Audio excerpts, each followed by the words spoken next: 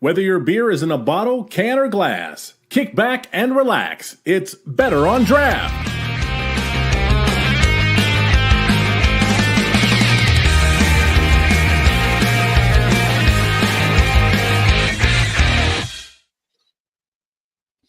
Hello and welcome to Better on Draft. This is episode 366, where we are going to talk about the Craft Brewers Conference 2025 that was in Indianapolis. But before we do that, hey, Wendy, what are you drinking?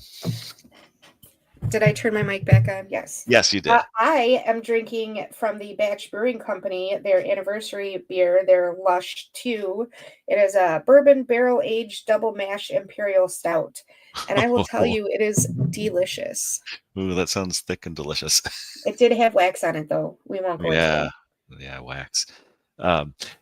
The game that we're playing on Discord right now is based on beer name length.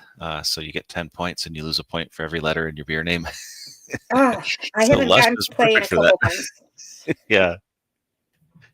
Oh, as for me, I have Against the Grain Soulmate, which is a citrus sweet ale from, Against the Grain.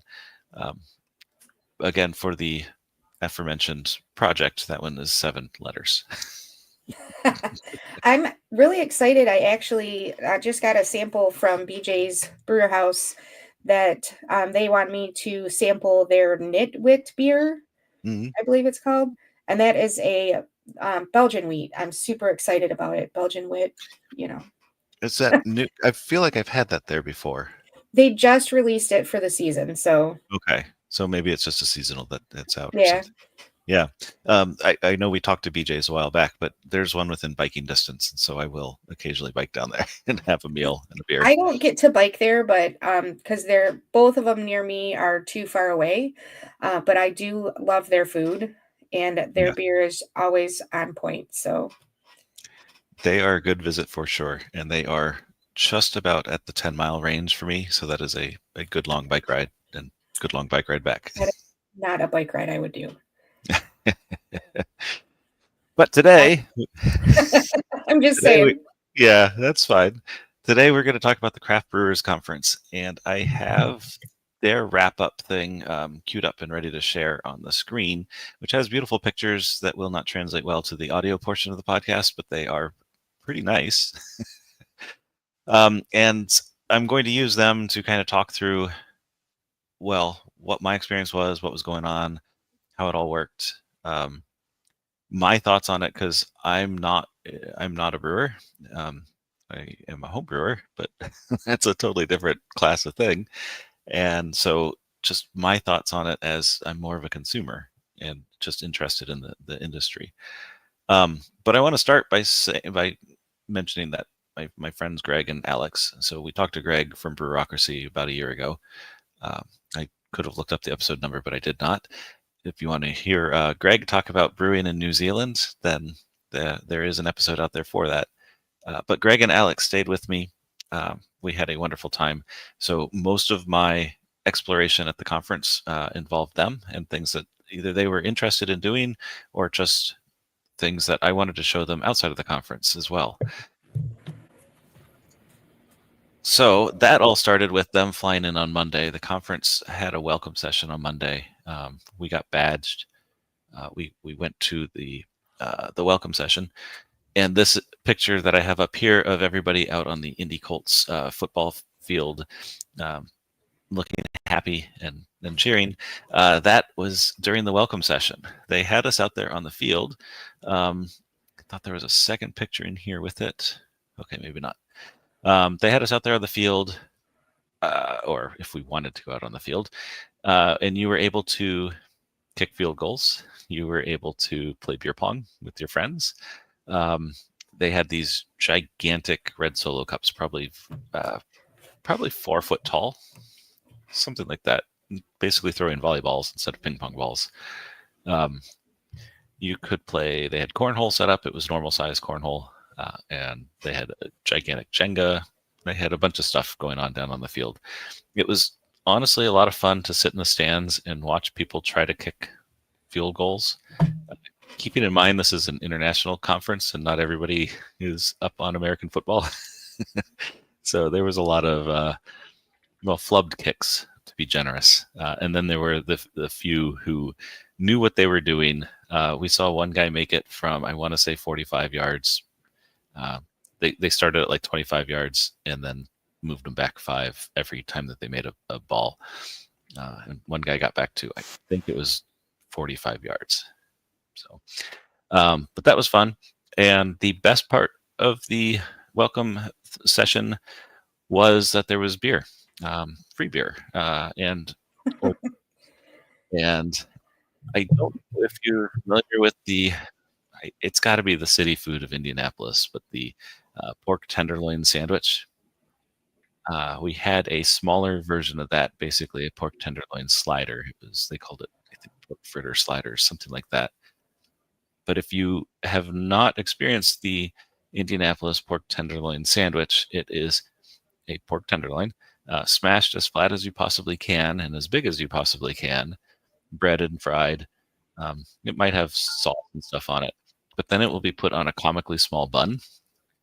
And so these pork fritters were a little larger than a standard hamburger would be, and put on a slider bun. So that's how. So they threw back to the appropriate ratio of bun to meat. It's important. Yeah, it is important. Yeah. So the way they had it set up, the welcome conference was cool. They had live music. They had it set up to the main entrance into the stadium, where it was all cordoned off. They had tables with free samples that being refilled. You just go pick up a glass, go inspect. They had cans behind each one. I think everything was poured out of cans at this one, maybe some bottles, but not anything on draft at that part. But you could go check out what you were drinking and get some notes and figure out who it was. And this one, the beers were from quite a few places. I had some from Michigan, Ohio, and quite a few from Indiana, but then there were some that were farther afield.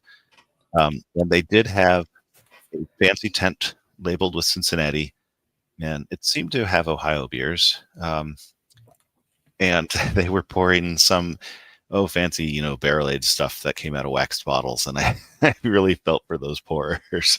Right? I don't like having to open one in a night, let alone 30.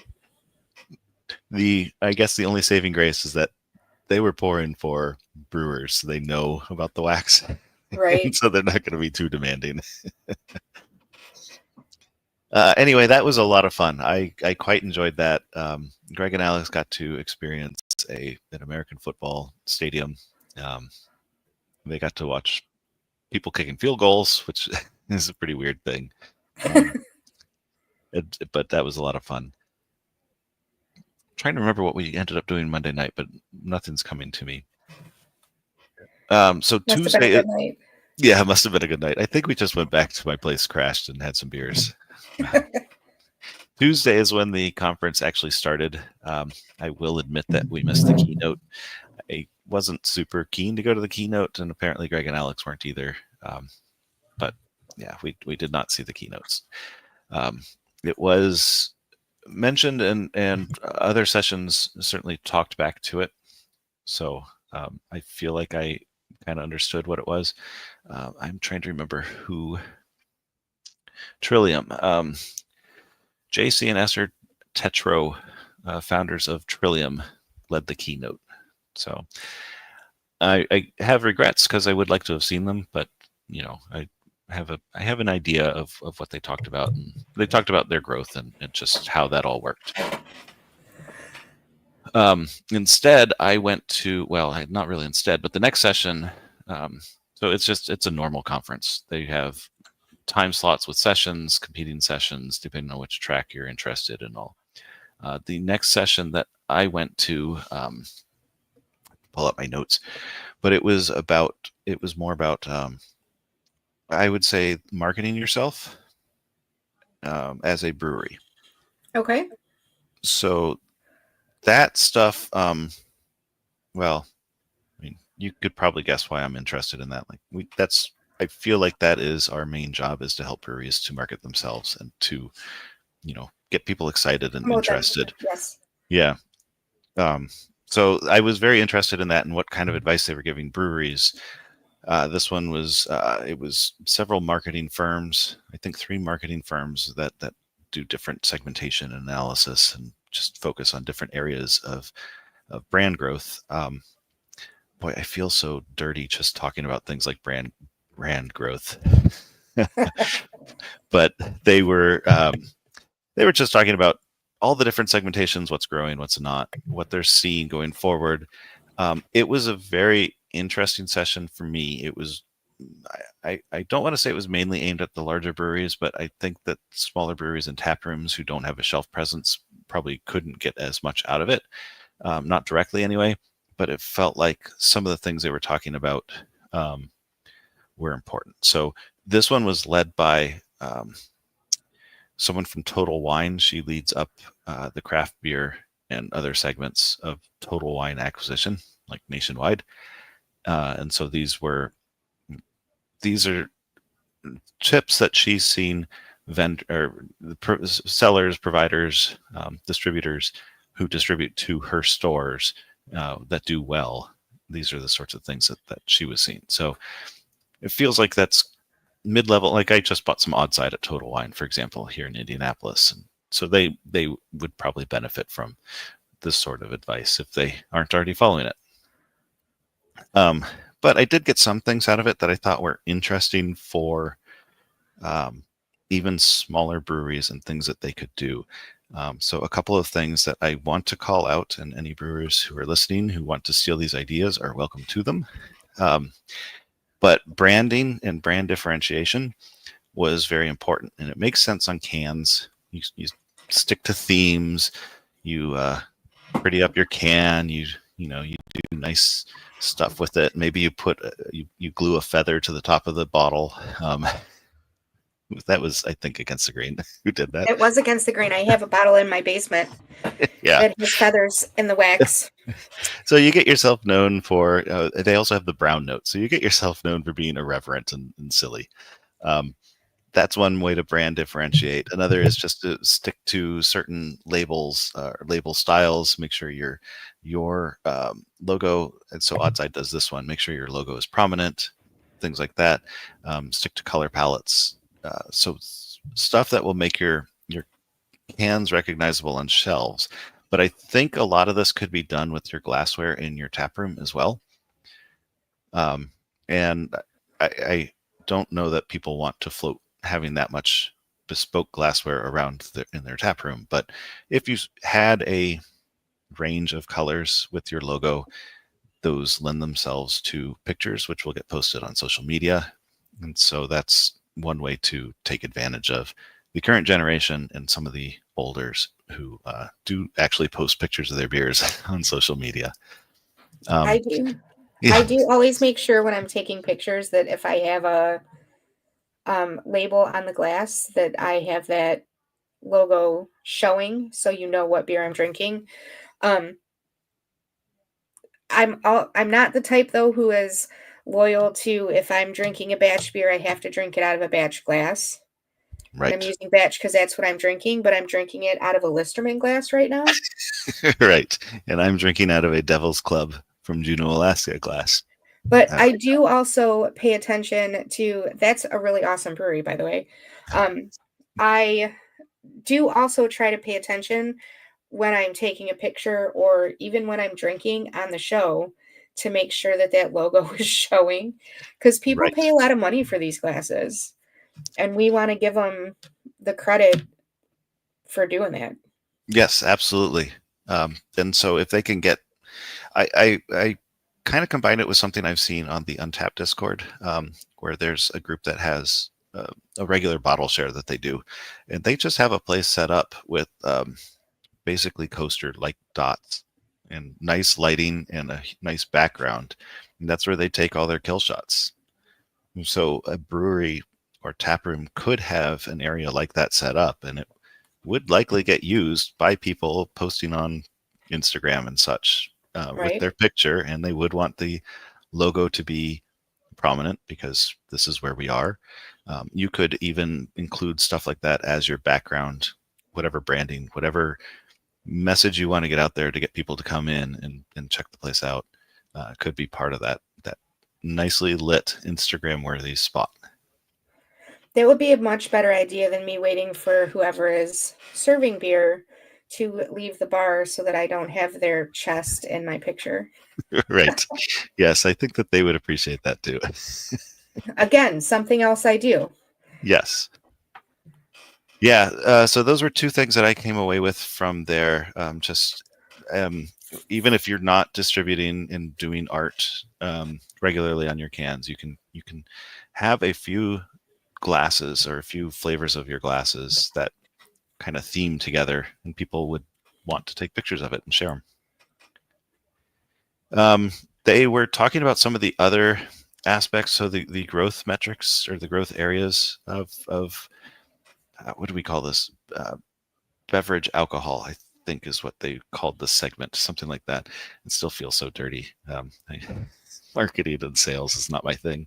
But they were talking about functional beverages, which is a thing that I didn't know it had a name, but this is the Delta 9, the prebiotics, the stuff that does more than just deliver alcohol to your mouth. So it delivers something else with it. And that is growing a lot. We don't know anything about that here in Michigan. Right, sure. It's weird here. I'm pretty sure the Delta 9 is fine, but actual marijuana is not fine. Something along those lines. Yeah.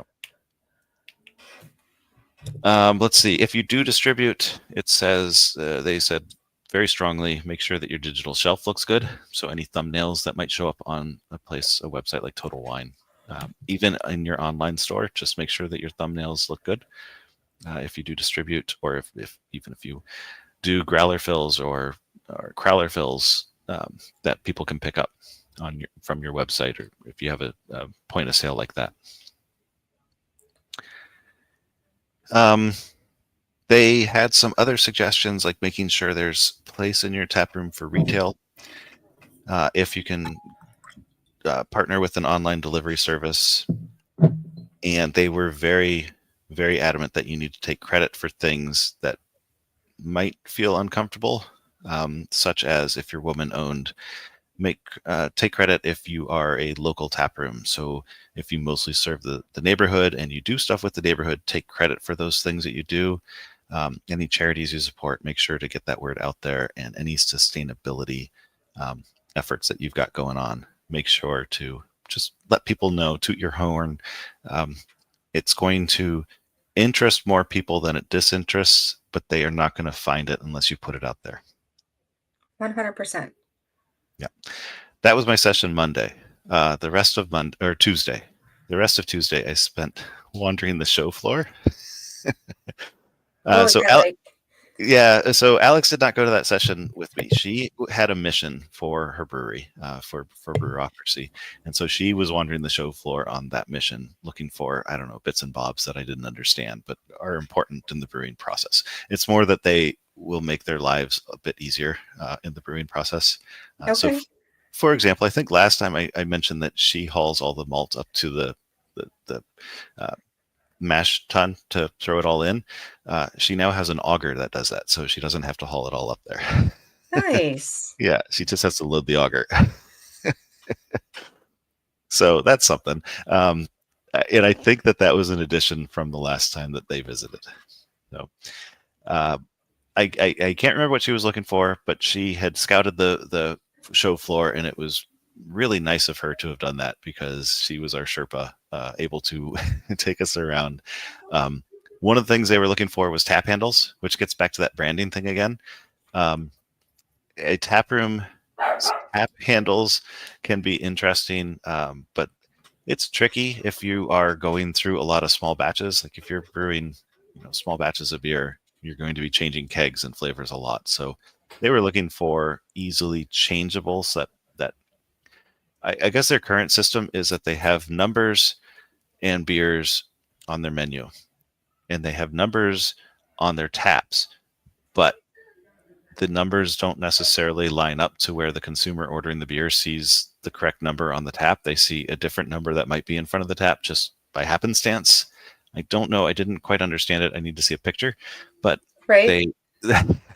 But if they can put beer names, even temporary beer names, on the tap handles, then that would help customers from arguing that the person pouring their beer is pouring the wrong beer, even though the right beer is being poured. Right. So that's one thing I've seen a few that have like the logo, like it's the shape like the logo, or there's something else that says. I think Eastern Market Brewing Company is one of those that they have like a main one, and then there's either a chalkboard or a whiteboard that they can add what the name of the beer is to it. Yeah. On the tap. I'm pretty sure it was them. I think some of that, I've seen the chalkboard ones and I like those. That makes a lot of sense. This one, one of the ones we looked at had a magnetic system and it looked pretty neat. Oh, that's cool too. Yeah, so you just snap it in place after you write on it on a more comfortable angle.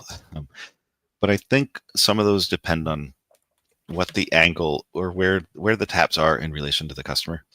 Like if the person pouring the beer has their back to you when they're pouring, then I don't think it's as important. But if they're looking you, well, they're not looking you in the eye. They're hopefully looking at your beer to make sure that, that they're pouring it right. But if they're looking towards you, then that's a situation where you see which tap handle they're pulling from. If it's labeled differently on your side than what you ordered, that's a good chance to speak up. Right.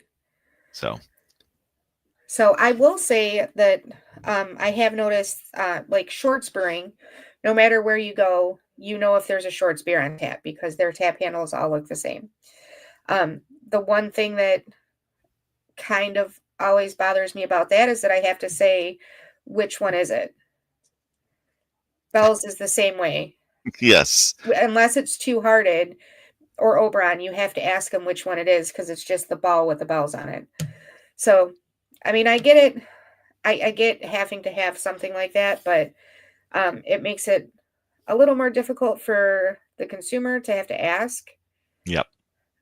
But at the same time, it also gets me asking what beers they have on tap. So right, and talking to them, and you'll get an answer, and you'll know pretty quickly whether that's a beer of interest to you, and then you can ask about flavors or things in it too. So yeah, I can see both ways. I'm thinking back to Rheingeist, which has a very distinctive tap handle everywhere that their beers are on tap.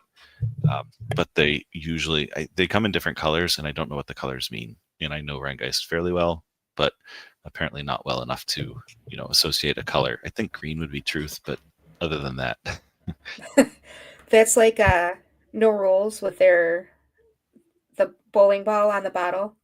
Tells you what year it was. But I have to go look it up every time when I find them. I try to find them in my cellar now, but I think I've drank them all at this point. Yeah. Beer Brewery did that with their sanitarium for a while. They were not putting years on it, and suddenly years showed up, and then they went away. But they had a system. There were a couple of years early on where it was the same label even, but it was different color wax.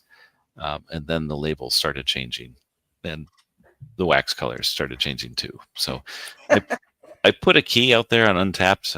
If you look at the master entry for sanitarium for the years that don't, or the labels that don't have years, in case you were cellaring those and want to know what year they were, there is a key out there on Untapped. So all right, so what was next? The show floor. The show floor. What did you do on the show floor? Oh my goodness. I'm going to start by saying that the show floor had a bunch of samples available. All sorts of places. It was like being at a beer fest, but it was different from being at a beer fest. These weren't booths all lined up and you just get in line and get a sample. There were lines, and there were some booths had them, some booths didn't. But the lines weren't long. The taps, so they were, I would say they're far away if you're picturing a beer fest. But then there would be like 8 to 10 taps at a booth. And the taps would have just absolutely anything on them, or they're pouring from cans. It could be beers from local beers were well represented. A lot of Indiana beers were on tap. A lot of Ohio, Michigan. We had some Iowa beers. I'm just trying to think through what all I drank, but I drank a lot. There were beers from all over. And then there was one booth that we didn't find until Wednesday. Well, we saw it, but we didn't stop it until Wednesday. They were doing a tasting flight of 9 beers from 9 different breweries around the country, just all over the country. Like Walking Mountain was in there, and I'm trying to think of I can't Is it a think hop of. vendor? It was. They are a hop vendor. I think they sell other brewery supplies too, but they were a hop vendor. Yes. Okay, that makes sense then. And that was the deal. Everybody brewed with the same hops and hop extracts, or a hop extracts, and there were 9 different styles of beer. They were all yellow. I've got pictures of we were just going to split a flight, but they gave us each a flight. So we have 3 flights of 9 beers that they had already poured. The unfortunate part with that one is that they poured them into these plastic glasses that were really fresh and still outgassing pretty strongly. So there was a lot of plastic smell in the beers. Some of them were worse than others. The other part of it that wasn't great for me is that I like dank beers a little. I don't like dank beers a lot, and these were all dank. So the goal of the thing was to drink the 9, and then you vote for your favorite. And I wish I could remember what my favorite was. It was good. And I would probably drink a pint of it. There were some that were just way too dank, way too much like pot for me. Like beyond that, what is the 450 North one that does the strain that they have? But that stuff is just, I mean, it's like liquid pot, and it's just not a flavor I appreciate. But some of them were. Yeah, exactly. This is me talking about beers I don't like, but and I'm not saying they're badly crafted or anything like that. It's just, yeah, that's just the way it is. I can't remember which one I voted for, but I did quite like it, and I would drink a pint of it. So it was interesting that with the same hop extracts, they had quite a range of how strong the things were. So that was fun. I think it would be more fun, but probably not aimed at a consumer like me. The brewers who know their craft would probably say, okay, yeah, well, this one was added early in the boil. This one was added into the whirlpool. This one was added throughout, type of they could get those flavors out of it. I'm not there. But I would have been interested in knowing that, but I might not be their target audience either. So the other thing that they had at that booth, though, where they have gummies, and Albanese is a candy company in northern Indiana. They distribute everywhere. I've seen them in Thailand, of all places. I almost brought some Albanese back from Thailand to Indiana. They're better than Haribo. They are better than Haribo, 100%. Because they're soft. And you could go to their factory and get the not quite bears. It was like, I want to say 5 pounds for $10 or something ridiculously cheap. Because the bears don't look right. They're so juicy. I love them. So they had a bunch of Albanese gummy bears, and then they had unbranded, unlabeled gummy bears, not for individual resale, that I brought back that were just done with the hop extract. So that really dank hop, I brought it back for my wife because she likes that stuff. So I brought it back for her. And that's awesome. She's appreciative of it. Yeah. That was a good takeaway from the beer conference, I thought. Yeah, that's an excellent idea. Yeah. That's a really good way to teach people what the hops should taste like. And I've had hop candy before as a hard candy. That used to be sold pretty regularly at my local homebrew store. I don't know. I haven't been in there for a little bit. So maybe it still is. But that was also fun. Like citric candy makes a lot of sense. So that was the beer part of the show floor. There were taps, all sorts of different places. Different places were pouring. It wasn't necessarily their stuff. It would be their customers' stuff. So I'm thinking now of one of the malt places I went to, Prairie Malt, and they're part of a family of malters. they had several of their customers had beers on tap just from the area, from farther afield. We sat there for quite a while and chatted with some people that Greg got introduced to someone, and so he's a brewer out of Iowa. Turns out he is out of the Quad Cities. I spent a lot of time in my childhood in the Quad Cities visiting cousins there, so we just chatted for a while about that sort of thing, and beer, of course. But that was it. It was a fun place because there was beer. There were tables for sitting and talking with people that are coming from other places that might have different experiences on beer and brewing. And I will say, I wish I had his card out. I got it, and I want to talk to him again. But he and Greg chatted for quite a while about actually brewing beer and the industry stuff that I understand, but of course not at that speed. It's like if they're speaking a foreign language too quickly. I just could not catch it. So, but he was fun to talk to. He had great stories. He was interesting to talk to. And Bettendorf, Iowa is not necessarily a place that you think to go to for beer, but it sounds like they've got quite a craft beer scene going on along the river there. That's good to know. I have done a trip to Iowa for beer. Yeah. So it would not surprise me because there is some really good beer in Iowa. The other big thing in Bettendorf, I don't know if it's in Bettendorf or just right near there, is the world's largest truck stop. So if the beer didn't pull you in, then you can go to the world's largest truck stop, and it's right there too.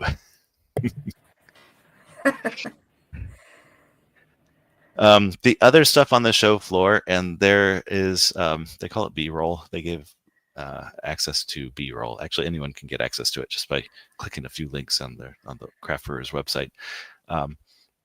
There is a lot of stainless steel, just a ton of large stainless steel apparatuses, exactly what you would expect to see if you went to a brewery and did the tour, or just looked outside. If they've got the big green silo outside holding their stuff, then those things are all on display. They had all sorts of gadgets and gizmos hooked up to them. There were canning lines running demonstration canning, obviously not canning, but moving cans around, flipping them over, all of that stuff.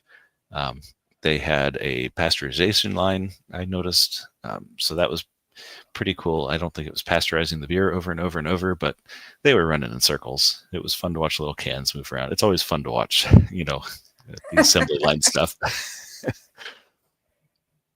And then there were just little gadgets that were everywhere. Refractometers, hydrometers, I don't know any other equipment that you might need as a home brewer, and then definitely need as a brewer. They had equipment there for all sorts of scales, all sorts of sizes. And usually there were show discounts and stuff. So it's exactly like a trade show, but there's beer. So it was fun. I do need to show off a couple of acquisitions. Ball was demonstrating their aluminum cans, their aluminum canning stuff. So Ball is their Ball State University is here in Muncie. I talked to a brewer in Muncie too while I was out during that week too. But they are famous for ball jars. We know ball jars for canning, but they also do aluminum now. And they were giving away, or they were pouring samples of beer. Their samples were kind of funny. I tried something, I don't know if you've heard of this one. It's a Sierra Nevada Pale Ale. No, I've never heard of that one. I heard it did really well, though, at the World Beer Cup. So I got a Sierra Nevada Pale Ale poured into one of those aluminum cups that I got to take home. Greg and Alex helped me out. So now I have 3 of each size. I have a pint size. It's probably about a half pint size. And these are going to be my new patio cups. I have some of those silly pints, which I like a lot, but they have a weird mouthfeel and sometimes they smell. I agree with that. Yeah, these aluminum ones don't smell. They don't have a weird mouthfeel. They feel kind of thin, but it's a bit like a solo cup, but it's not going to crack right away. Bonus. Yeah. So that's my new. I was excited to get that acquisition. They also had some aluminum coasters, which I haven't tried putting a sweaty beer on yet. It's not sweaty beer season here yet. I'm not sure how that's going to work. Right. Wouldn't the water just pool on the aluminum? Or flow off the side of the aluminum? Yeah, I'm not sure. But it does look nice, and it says ball on it, and I have 2 of them. So, yes, it has been amusing. Nice. Mm-hmm. I carry my balls with me wherever I go. But that was, the show floor was huge. The other time I've been down there for any length of time is for Gen Con, which is a board gaming convention. It is also kind of a trade show, but more consumer focused of a trade show.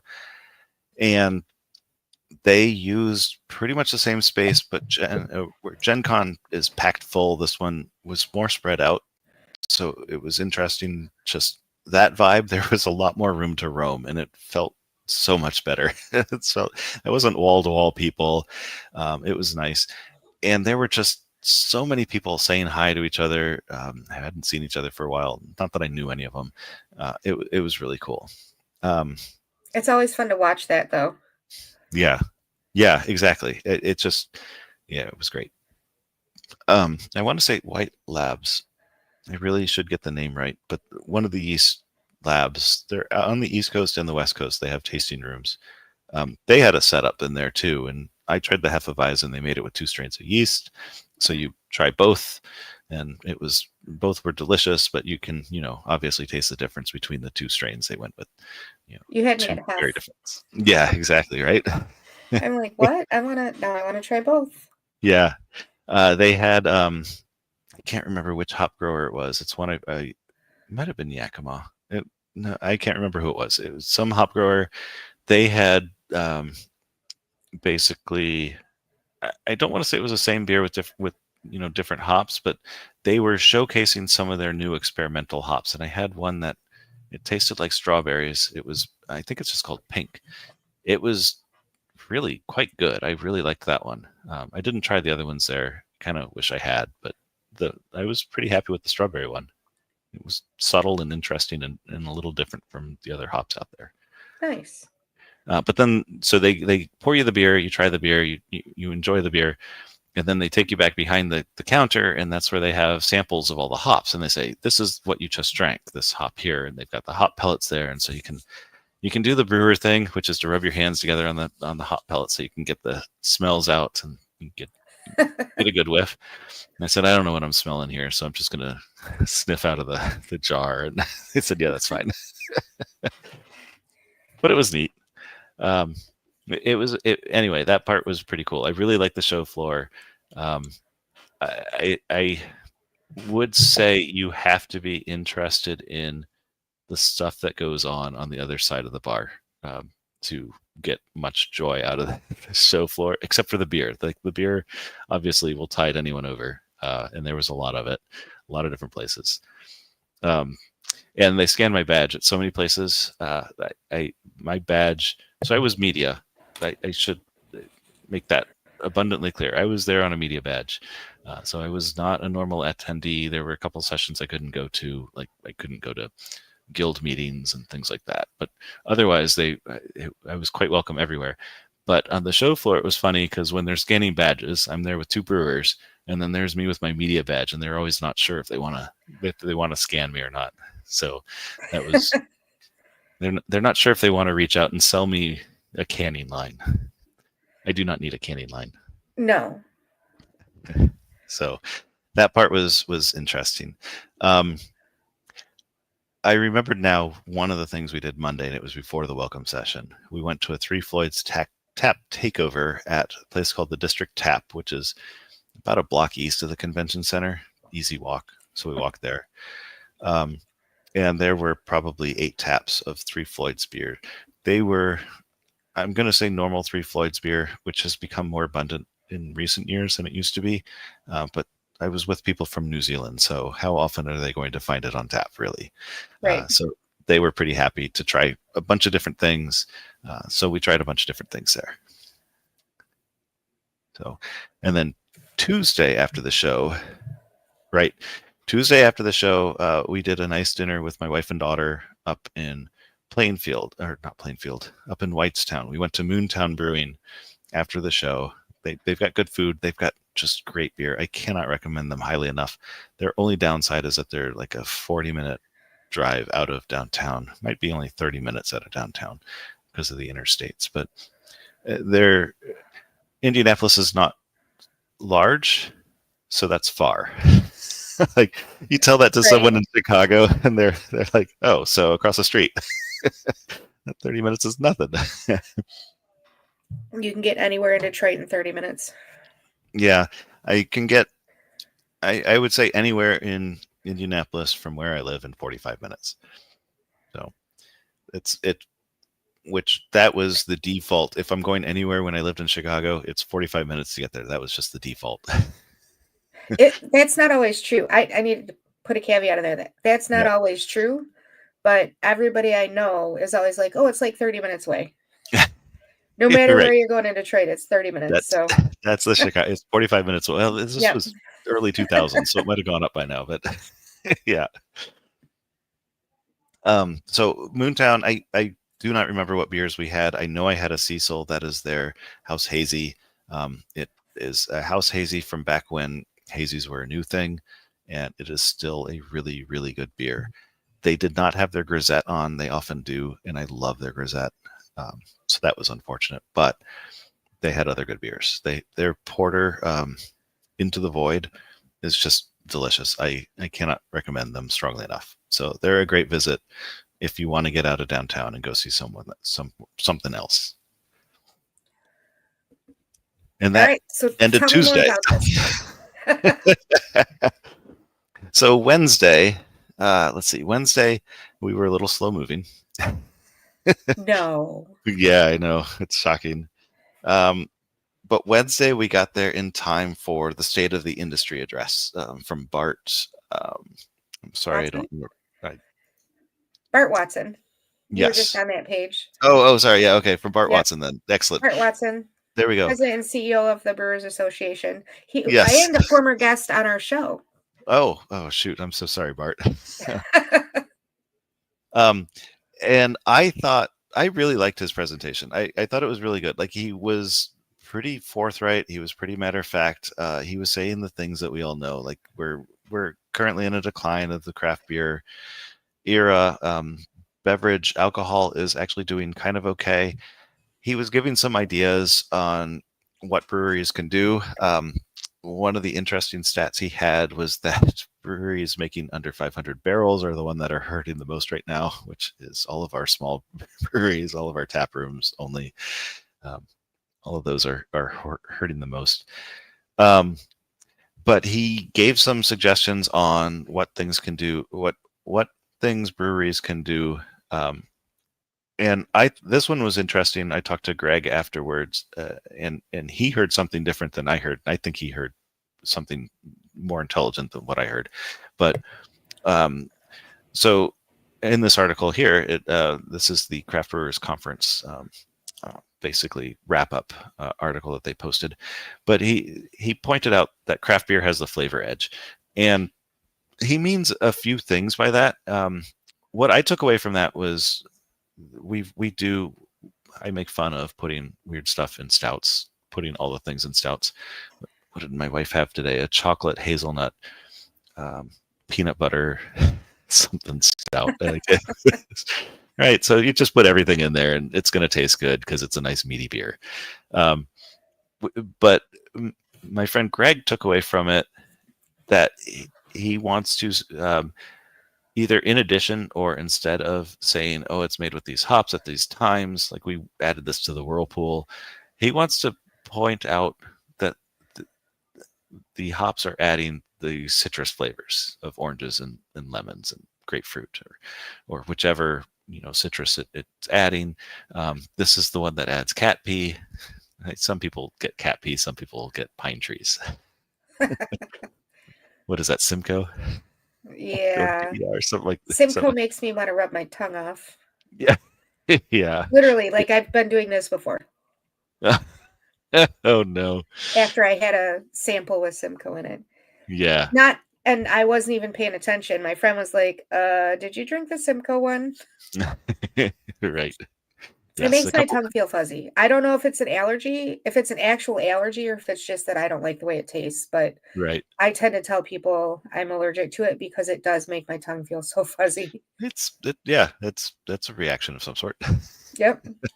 Yeah, I've got a couple of friends who they get the cat pee flavor out of it, and so they avoid that one. It's a thing that but as you can tell by me not remembering the name of the hop right away, I don't have that problem. um, so Greg is thinking, oh, I need to play up the pine tree aspect of it, probably not the cat pee aspect of it. That's a good plan. Yeah, and so I think that is a pretty good advice to some of the smaller breweries as well. Just rewrite some of your beer descriptions, and include, if they don't already, the flavors that you're getting out of it, because and to be brutally honest, whether they're the right flavors or not, people are going to pull the flavors out. People are going to say it tastes like this or that. Right. There was a brewery here. They did a beer called Wabash Brewing. I don't think they exist now, but they did a beer called Bacon Face Brown, which I think I've talked about before. And it was named after their dog, whose name was Bacon Face. And it was a brown beer, and it has no bacon in it. But if you check it on Untappd and you look at the comments, so many people say, "Oh, I get so much bacon. There's so much bacon in this beer." I get so much bacon. There's nothing about the bacon flavor in the description, but people definitely pull it out. So you could say it tastes like grapefruit, oranges, whatever you want to say it tastes like, and people will confirm it for you. It doesn't mean it's right. I But totally just went through that with I got a beer thinking it was going to be a stout based on the name. Uh-huh. And it was not. It was an IPA, and it did not go over well with me. Oh, I don't know that it would have gone over well with me if I had thought it was an IPA before I poured it. right. Honestly, because just the flavors were not my cup of tea. Right. Somebody out there loves it, I'm sure, but they Yeah, were not right. my cup of tea. And I was so disappointed because I thought it was going to be a stout. Yeah. Yeah. That's tough. So yeah, don't be too dishonest. Don't say it has a bacon flavor if it doesn't. But if your beer is named Bacon Face, people are going to pull out a bacon flavor, whether it's in there or not. It's probably true. Yeah. So Wednesday I went to the State of the Industry. Bart did a good job. I was very impressed. Also in this article, and I want to pull it up because he was on Better on Draft episode 261. If anybody's interested in going back to look about it, he just talked about the state of the industry at the time, and this was back in 2021. So it was very, very interesting to have him on our show.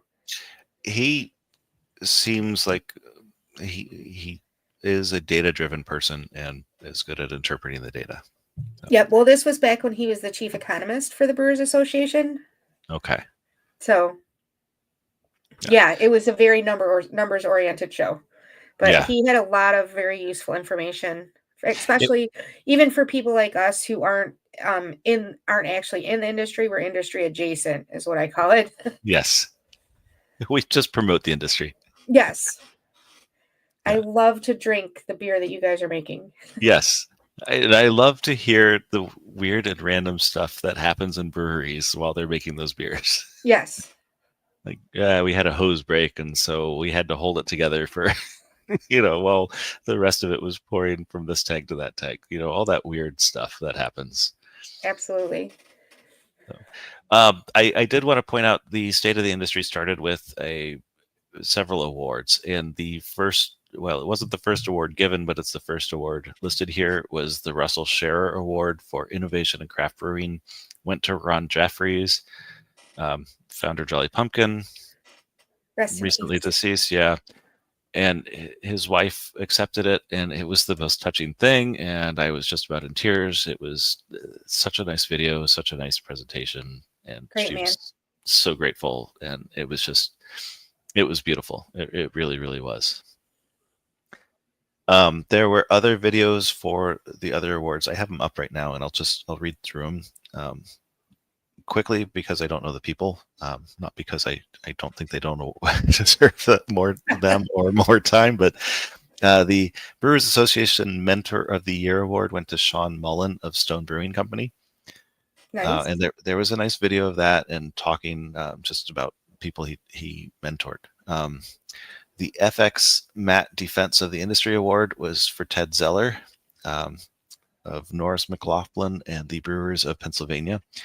And that video was a lot of, so he's a lawyer, but he's a lawyer who helps do, well, he helps expand legislation or make it so that we can enjoy our beers in a more convenient way. And I don't know if you've ever tried to buy beer in Pennsylvania. I don't know what the state is like now, but the last time I did, if you wanted to go beer, you had to go to a bar and you had to buy the beer there. So that was weird. Like there weren't liquor stores, if I remember right. It was, yeah, it was a weird setup. And then the Brewers Association. You couldn't buy beer at a brewery, or is it you have a tap room? You could at a brewery and a tap room, as long as they have a bar license, you could buy it there. But I don't think you could go to a liquor store and buy beer. I don't think you could go to a liquor store. I don't think they existed. Philadelphia, I was working in Philadelphia, and it was a weird one because of just where I was staying, where I was working, and that there wasn't much opportunity between the two. Just normally I go out and explore, and I didn't have as much time to explore in that one. So, but that was my experience. If I wanted to take beer back to the hotel, was I would just buy it wherever I was drinking. The Brewers Association Recognition Award, which is it went to the North Carolina beer community, and that one was a very touching video of all of the hurricane damage and all. I can only imagine. Yeah, it was pretty touching. Just all the damage was shown to breweries and things, and then all the way that the breweries allied together. There was a beer, of course, to raise funds. They had a great distribution network to get water and things out to people who didn't have the water and the things that they needed. So it was just, again, touching, well-deserved. It was such a sad start, and then we had the state of the industry, and basically the industry is on fire. Everything. It wasn't quite that, but it's just right. The reality of the industry is just not so. Well, there were a couple of things that he said that I actually took notes on and thought were worth bringing up. So one big thing is that there are more craft drinkers now than there were. So the volume is down overall, but there are more craft drinkers. Or I'm sorry, the volume of consumption has been constant. So the volume per drinker is down. There are fewer craft occasions, and I'm noticing this too. There's just fewer get-togethers and parties. I don't know if it's because I'm getting older, and old people don't do that. It's COVID. Or people it's just still, not, yeah. It's still that people aren't doing the things that they used to do. We're not having the bottle shares. We're not having the big events at breweries like we used to.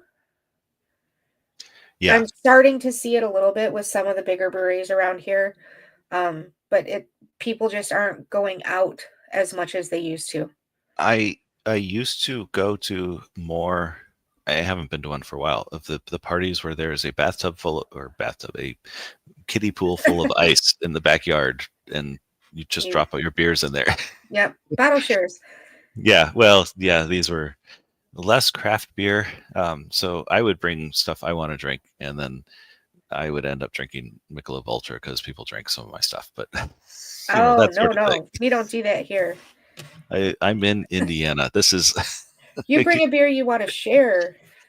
Oh, everybody brings beers they want to share. That's a different party than the one I'm talking about. Yes, okay. Those bottle shares are those definitely happen. We tend to do those at people's houses, and it is like-minded So craft brewers. These are just backyard parties. so that's like the Indiana version of a jungle juice party? We don't pour it all together. It's just you bring beers, you put them in the kiddie pool full of ice. Okay. Or the cooler or whatever. It depends on how fancy the party is, I guess. But Yeah, my friends would not be okay with that. and usually, so this is Indiana. Sometimes there's race themed stuff. But this is May. I should have started honestly Okay, by that saying makes this more is sense. May. Yeah. But it's just those kind of occasions. Or maybe for a football game. It could be anything like that. I'm trying to remember the last time I did one of them, and I think it was just my friend's like birthday. It's just his birthday. He is a craft beer drinker, but most of his friends are not. So I might try that. Yeah. See what happens. What He kind of stuff shows up in the pool? that's kind of how it worked. Like Moose Drool showed up in the pool, and that's That's rare for this area. Yeah. No, that was what he wanted. He had it before. He knew a guy who could get some, and so that was what he wanted in his pool. So there was like a case of it in there. I think I put some New Glarus in there too. Even I think I had just been up there. So right, I'm thirsty. It can be fun. Those pool parties. It can be fun. I have cheap friends though. We'd have a lot of PBR and Coors. There's plenty of that, and that tends to be the stuff that lingers. But, yeah. I will get crowlers of stuff from nearby and open those up and share them around, but not quite the jungle juice style. But there is an open crowler in of the our pool. college youth. Yes. Yeah. I thought about doing that just once as an adult to see how does that really go, because as a college kid it tasted fine, but as an adult I'm like, I don't think that could be very good at all. Yeah, we were pretty dumb back then. I'm like, and we were just dipping our solo cups in there. Hopefully it was a clean garbage can. Well, yeah, that's right. It probably just had jungle juice in it. Yeah. That's all it was used for at that house. There's plenty of antiseptic alcohol in there. I used to believe that until I got the plague one year. It's not strong enough. My friend literally said to me, he's like, I'm really sick. You can try my beer, but I've been really sick. And he's like, you really don't want this. And I tried the beer, and not even 48 hours later, I was sick. Yeah. And I was sick for like a month. Yeah. It was the worst cold I had ever had. It was ridiculous.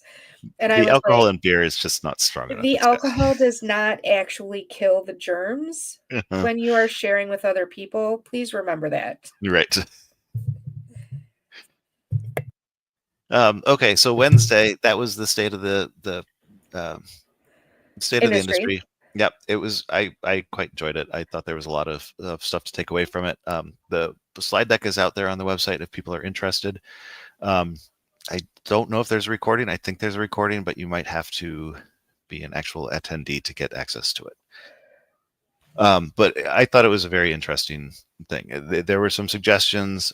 If you're able to branch out into other flavors, to branch out into other beverage alcohol brands or endeavors. So if you wanted to make canned cocktails, for example, or hemp. I mean, it just makes sense. It does. So if that's a thing you can do, distilling is another option. So if these are things that you can do, have the capability to do, it was recommended that you look into doing that to kind of weather through this. He likened this current downswing to the one that happened in the 80s, and then there was another one that happened in the 90s. So he likened it to those. So basically, it's something to weather, but do something while you're weathering it. Don't just hunker down. The rest of Wednesday we spent on the show floor wandering around. There was another session I went to. It was aimed at the media and how a brewery should interact with the media. So I thought I'd go and see what they were suggesting. That was it was interesting to me. I did not have any good suggestion note things for breweries out of it, but I have some ideas for things next time we have a guest, and we have a guest lined up for 2 weeks from now. So it's just some things to kind of prompt conversations with some of our guests coming up. Nice. Yeah. So that was Wednesday. Wednesday night. Oh, I know what I skipped. Tuesday, we went to Sun King after the show, and before we went up to Whitestown. Sun King had, I can't remember which podcast network was doing it, but there was a live podcast going on. M. Souter, who writes Pints and Panels and has a podcast, I believe. She was there signing stuff. I was going to go there and get something, but I didn't see her set up, and I didn't invest as much time into it as I should have. So I'm kind of regretting that one. Hopefully she did the drawings in her opening sequence. Did she? Okay, excellent. Good. So but the Sun King part was fun because they have great beer there. It's a wonderful place. Yeah. It's a nice location too. It is. We ended up Ubering there. I usually walk. It's the other side of downtown, which is about a 20-minute walk, I think. So it's not bad, but we were on a schedule too. We had to get out to Moontown. But Wednesday night, I enjoyed that one a lot. We went to Kismetic when we were done with the conference. And Kismetic is one, we talked about them briefly when we were talking to Googman House. They put a lot of tea in their beers, and I had it was a wheat ale with Earl Grey tea. It was really, really good. I enjoyed it a lot. I can't remember what Greg and Alex had, but they enjoyed their beers as well. They were doing a Pride night, which was cool, and that was just filtering in as we were filtering out, not because we didn't want to participate, but because we had other places to be and other beers to drink. We went to another brewery that was about a 10-minute Uber ride away. I'm not going to name because their beers were not as good as they normally are, and we did not have such a good experience.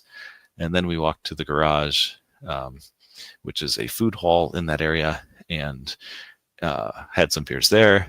And then to cap it off, we went up to Deviate Brewing. My favorite. Right? I love Deviate. I thought you would enjoy that one. So we went up to Deviate. I warned them. Did you pet the dog? The dog was not there. It was too late. That's disappointing. I think the dog's owner had already left.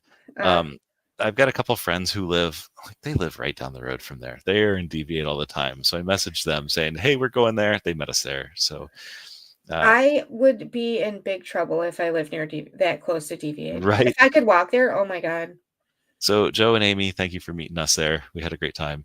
And I had been warning them about the ABV of those beers because they are usually really high. And most of the beers, I think, were under 6% this time. It was unusual. Yeah. Then we Ubered home. The first IPA I had that I really, truly enjoyed was at Deviate. Excellent. It was a triple IPA, and I got it on the Wheel of Shame or the Wheel of Indecision. The Wheel of Indecision?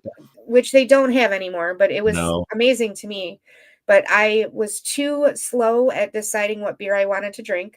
And so they spun the wheel, and I was like, all right, let's do it. Yeah. And it was one of the best beers I've ever had. So you were there before they expanded. They now have the space north of them as well. So the tap room is maybe twice as big as it was back then. Yeah. I've actually been back since then. Okay. That was the first time I visited there. Gotcha. It is not the last time I visited there. They are a good visit. That is one. It's an hour bike ride for me, but it's an awful bike ride because there's no sidewalks and there's interstates and highways. It's it's not easy to drive there either, really. No, they're on a weird corner that's tough to get in and out of. Yep. But it's totally worth it. It absolutely is. Every second I've spent there has been totally worth it. They make some amazing beers. Just have an exit strategy. Yes. So that was Wednesday. Thursday, Greg and Alex went home. I did not do anywhere near as much beer, and it was weird. my, my liver started recovering. But Thursday at the Craft Brewers Conference and Brew Expo America was the day of announcing the World Beer Cup Awards. And I had a wristband. I could have gone to that. I chose to instead sit at home on my butt and not go to that. I don't really regret that choice so much, but I did not go. So we do need to talk about who the winners were, though. Okay. Because we had 3 from Michigan. I muted myself so that I could type. Okay, gotcha. There's 3 so from we Michigan. had 3 from Michigan. I know for sure. How many from Indiana? I think it was 5, but that was not the number. I haven't looked it up yet. All right, so from Michigan. Wow. I cannot type. And right. I do know from Michigan we had Archival beer. There we go. I can't find the... All right, so Lunar Fallout from Tilted Access in Lapeer, Michigan, got silver for American wheat beer. That makes sense. Oh, sorry, go ahead. Go ahead. Oh, I have been to Tilted Access, and they had some pretty good beers. I was very impressed with them. Okay, I have not been there, but I trust you. Ager's Wreath from Archival got a silver for historical beer. They're in Belmont, Michigan. And then Baltic Porter from Haymarket Beer Company got a silver for Strong Porter. They're in Bridgman, Michigan. Yes. That's what came up for Michigan, just those 3. But I searched for MI. Okay. Indiana had a few. Not from California. Yeah, it's hard to search for Indiana. Can we talk about that Sierra Nevada? Because it came up in my news feed. One of the angry old brewers were like, "What? Why are they winning stuff?" That's I'm right. like, because they make a really good beer. So I did not have any of these at the festival. Oh no, I did. Okay, Sierra Nevada Brewing Company out of Chico, California, won for pale ale in the category of extra special bitter. Yes, and so it has to do with all the subcategories within there. And sure. I actually like doing the whole Cicerone studies. I'm like learning about subcategories and all this stuff. So I completely understand when you drink a Sierra Nevada pale ale now. Yeah. It is not what you thought it was 10 years ago. Yes, especially our palates. Categories have shifted. Yeah. As to what a pale ale actually is anymore. I could see that, and it gets to that when people ask about or on Untapped as moderators, we get a lot of, "No, this should not be this style. It's obviously one of these things." Like, and beers don't quite work like that. It's whatever the brewery says it is. Right. It could be the shittiest extra special bitter because it's a double IPA. But if they say it's an extra special bitter, that's what it is. And the judges obviously thought it fit the category. Right. So they evaluate it to the flavors of extra special bitter, all the requirements there, and I guess it gave pale ale a gold. It was actually a subcategory that it was submitted in. Okay. But it won overall for the extra special bitter. Okay. Gotcha. Is how that happened. I could see that. It really did something to my mind, but I can understand how it got there. Yes. So the way that I looked at it, I remember after we had, so the first time I tried Heady Topper, I was like, I didn't even know what to think. Like it totally like smacked me in the face. Like I'm not even sure about this. The hazy IPAs are not the thing for me, or the New England IPAs are not the thing for me. And then over the years, the category kind of changed. Right. And then we had them on the show. And I tried the Heady Topper again. And I was like, this, if you like smack you in the face hops, this is not for you. Right. Right. it was still the same beer, but the category has changed since, and it's really funny because they actually created that category. Like they were the forerunners in that category, which I think is the same thing with Sierra Nevada Pale Ale. They were the forerunners in that Pale Ale category, but it's changed over the years so much that people are like, it's not really that anymore. Right. Yeah, that makes sense. To round out Sierra Nevada, they also got Trail Pass Hazy, 1 gold for the hoppy non-alcohol beer. And sense. their Weizenbach, this one was out of Mills River, North Carolina, got the South German style Weizenbach. All right, so I will try searching for Indiana and scroll way down to where we are.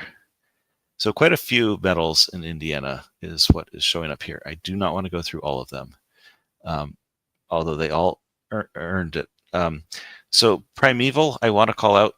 They got silver for French Kiss in the Belgian style or French style ale.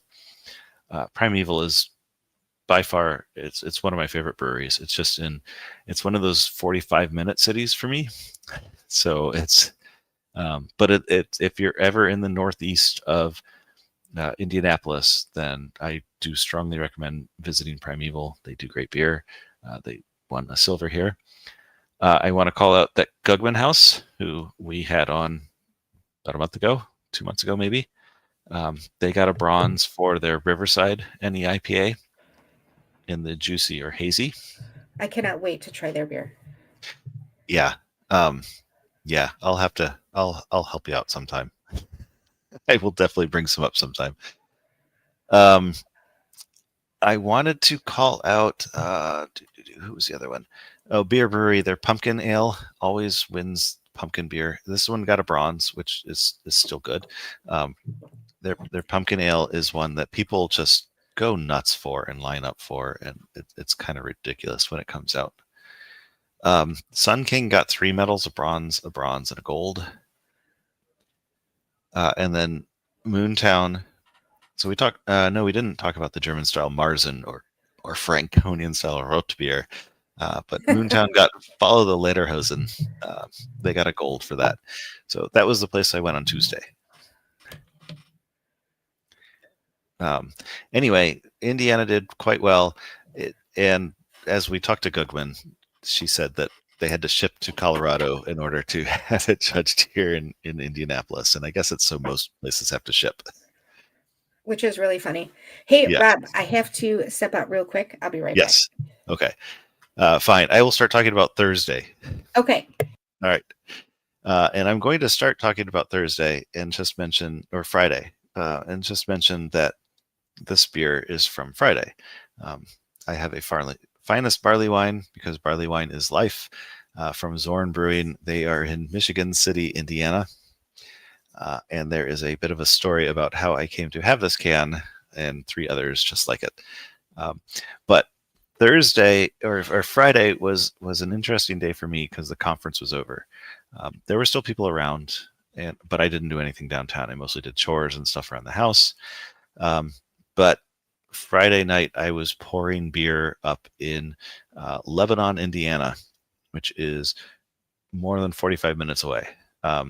It's actually only 30 minutes away, I think, but maybe 45 minutes away. So that place that I was pouring beer at is called the Sugar Creek Malt Company. And they are someone I have been remotely stalking for a long time.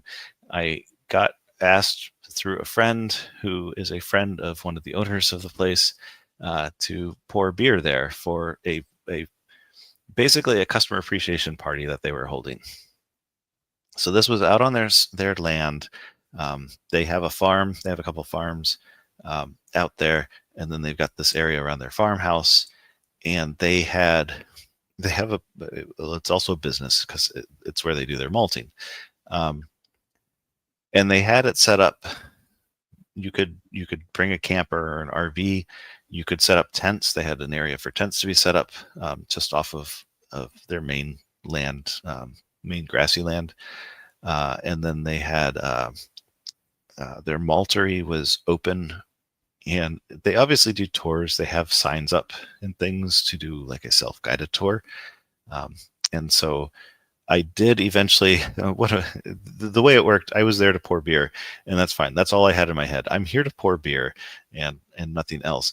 But it was kind of slow at some of the times. And one of my friends would say, hey, I know you're into this. So you want to come see the maltery? Yeah. And so he took me on the tour for the maltery because he's done it a few times. And it was really cool. You go in and there are these bins of the barley that they are sprouting, and they're in different degrees of sproutiness. One of them, there was a guy in there who I don't think had much English, and he was saying that this one has sprouted too much. It's gone too far. They need to. They can't use this batch anymore. I don't know if that's true. I did not follow up, but the Yes, next usually. Sometimes there's herbs out there that if they sprout, if they Yeah. get to a certain point, you can't use them anymore. You got to cut them back and wait till they Yeah. regrow. Yeah. So and then the next bin, it was partially sprouted, and so it was, but all of it just smelled so good. It just smelled like growing things, and there was the grist mill. There was all this equipment in there, but they had a roaster out front and going, and it's just a tiny little torpedo roaster thing. I don't know if it's called a torpedo roaster, but it's a rotating drum. It's really hot. And yeah, they were demonstrating that they could roast malt. It was also right near the food. I was more interested in the food at the time, because the other thing that they do is they raise pigs. They called them, I want to say, forest raised hogs, something like that. And there's some woods off in the middle of a field that they've got their hogs running around in, and there's a barbecue joint near me called Rusted Silo. It's in Pittsburgh, Indiana. I can strongly recommend it if you're ever in the area and want barbecue. They do a fantastic job. But the guy who owns that place, he came out like it was several hours before this thing was starting, and he started roasting that hog, like a whole hog, and then we had pulled pork sandwiches, and oh, it was spectacular. So that all was like, it was overwhelming. There was just so much going on. I was there to pour beer. They put me in the liquor tent first. so there were like 5 tents there. There was they had them broken up. Ales and stouts were in one tent. That's where I eventually ended up. There was the liquor tent, and that had it had obviously liquor, but there was one tequila. There were several bourbons, some other whiskeys. I'm trying to remember what else. There was a wine, and all of it had been made with their malt, with Sugar Creek malt. So all of the bottles that were there were brought by customers who were at the party, or who couldn't come to the party but wanted to support the party. So there was just, and then there were some bottles that didn't even have labels. They just had like painter's tape with some words written on them that may or may not describe what was in the bottle. That was a lot of fun. So I didn't try much of that. I tried a couple of the things. There was a purple corn whiskey that was in there. So that was interesting, but I didn't get much out of it. They had another, it wasn't a tent. They call it the corn crib because that's what it is. Or it used to be, but they've turned it into a bar. So if you've ever seen a corn crib, which just holds corn, they have turned it into a bar. It had beer engines in there. They had a barley wine on a beer engine in there. And so I had a pour of that, and it was spectacular because barley wine is life. True. And it's just, they had other pours in there that I didn't get to try just because I was there to pour beer, not to drink beer so much. They had they had 2 other beer tents, and I can't remember how they were distinguished because I didn't spend much time there. And then there was the ales and stouts one that I was at. And I just had a blast pouring at first the liquor place. I just had so much fun talking to everybody who was coming by. Gas City Brewing came by. That's a city in Indiana, west of Fort Wayne. And we chatted for forever and ever. Just, they were so much fun. And then when I moved to the other tent, I was joking because the liquor tent was suddenly empty and our tent was full. And I said, it's Must have because been you. it's obviously me. I keep talking to the people. They keep hanging out with me. But I ended up talking to one of the guys from Zorn Brewing up in Michigan City, Indiana. And he said, "Oh yeah, I brought some barley wine. It should be at this tent, but it's over there. I brought a case of it. You need to make sure to take a 4-pack home with you." And I went over to the tent and I said, "Hey, I hear there's a barley wine up here." And they looked through their coolers, they looked through the list, they could not find it. And so they sent me to the barley wine that was on the beer engine. So I had one of those, which was great. I reported this back to the Zorn guy because I saw him again later, and he said, "No, that's not it. That's a different one. It's really good though." And he said, "No, it's over there at the tent. I'll make sure you get a 4-pack. I'll go get you a 4-pack." I went back to the tent and I talked to the guy again, and he said, "Oh, we have all this beer over here that we didn't put in the cooler, and it never made it up on the list." So they had dropped off this case of barley wine, and no one had any because they didn't know it was there. Oh no! Yeah, which is awful So for did you them, get but some to take home with you? great for me. Well, Nice. funny you should say that because here's a can of it right here in my hand. That's where it came from. That's funny. So that was my payment for pouring beer. But I talked to so many people. People were just so happy to be there. They love this malt company. They love working with the people there. They were fun to talk to. Like the people that work there, that live there, they were fun to talk to. The people who are customers of theirs, they were fun to talk to. I had just had the best time. And we were pouring out of cans out of a cooler. Well, 2 coolers. I had the stout cooler. My buddy had the IPA cooler. He hates IPAs. So we were pouring out of our coolers. They do that for a reason. Yeah. Well, I think that's why they put me in the liquor tent to start with. But that was great. It was just so much fun. But that was my beer week. Well, it sounds like a blast. It was a good week. That particular event was semi-related to the Craft Brewers Conference. They were a sponsor of the conference, I believe, and then a lot of the people who went to the conference also went to this thing, for obvious reasons. So, but it was fun. I had a great time. I will say one of the sessions that you missed out on, probably yes, because you're not a brewer or a home brewer. My friend and mentor, Annette May, who was last year's Mentor of the Year. Mm-hmm. Oh, nice. She actually did a presentation on beer line cleaning. So I saw that on the list. That one was actually competing with one of the other ones I went to or was going to, but I think I missed because. Which, if you don't have to clean the beer lines, you really don't need to do that. But she's very adamant about it. She was a teacher at the Schoolcraft College brewing department or the brewing program, and she actually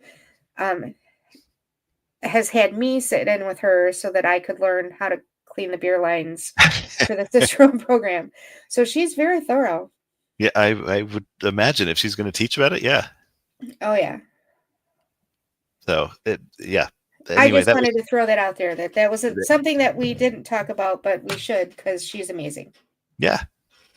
No, it's important that is how the beer becomes better on draft. Absolutely. Cleanliness is the most important thing in brewing. Yep. So I think that, we are reaching the almost hour and a half mark. So it's probably time to wrap it up. I guess I can talk for a long time. You can. I do have a couple of rapid fire questions that I want to ask you. Okay. Just as a person who wasn't there, do you remember what the favorite beer you tried was? I do not. I had a lot of really good beer. I do not remember my favorite beer that I had there. Okay. That's why I asked if you remember it. Yeah. Is there somebody that you met that stands out in your mind that you would like to talk to again? There were a few people. I don't have their names handy, unfortunately, but I have their business cards. So there was the guy from Twin Bridge Brewing in Bettendorf, Iowa. I would love to talk to him again. And then I talked to a malter. That was where actually it was the same booth.